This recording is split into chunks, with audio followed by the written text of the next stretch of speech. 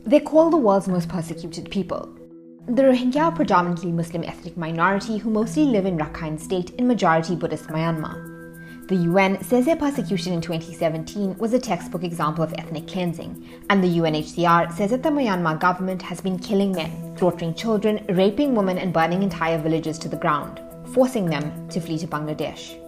But where did the Rohingya come from and why are they being persecuted? Myanmar says the Rohingya are illegal immigrants from Bangladesh.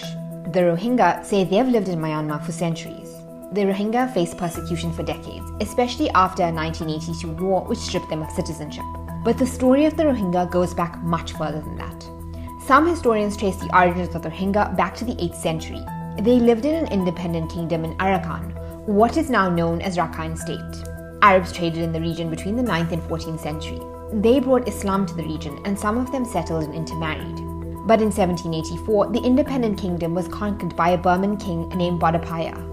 Hundreds of thousands of refugees fled the Burmese army into Bengal. Hiram Cox, a British diplomat, was sent on behalf of the Crown and the East India Company to deal with the issue.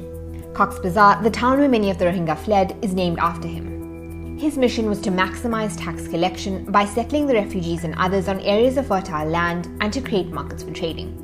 In 1824, after a series of wars, the British began colonizing Burma. They decided to run it as a province of British India. The British encouraged migrant labour from what is now Bangladesh and India into Arakan, so that they had more labour available for rice cultivation and infrastructure. The British saw the migration as internal, but many Burmese didn't. Then came the Second World War. In 1942, Japan invaded Burma. At first, Burmese nationalists supported Japan. The Rohingya supported Britain because Britain had promised to give Arakan autonomy by declaring a Muslim national area. As the British retreated and the Japanese advanced, the Rohingya were targeted and displaced by Burmese who believed that the Rohingya had unfairly benefited from British rule. By 1945, the British finally drove away the Japanese with the help of both Burmese nationalists and Rohingya fighters. After the war, many Rohingya felt betrayed that Britain didn't come through on its promise of a separate state. In 1948, Burma won independence. At the time, many of the Rohingya wanted Arakan to join East Pakistan, which eventually became Bangladesh. The new government vetoed this and said that the Rohingya were actually illegal migrants. Tensions grew between the government and the Rohingya. The government imposed restrictions on movements of the Rohingya and even refused the Rohingya to be resettled in villages that they were driven out from during the war. Most displaced Rohingya who had fled in 1942 to what was now India and East Pakistan weren't allowed to return to Arakan and had their land and property confiscated. The Rohingya were ostracized. Rohingya Muslims were removed from government posts and replaced with Rakhine Buddhists. Unhappy with being marginalized, in the 1950s, some Rohingya took up arms. The government quickly crushed these groups and the rebellion died down. But in 1962, there was a coup. Burma became a military dictatorship under General Ne Win's Burma Socialist Program Party.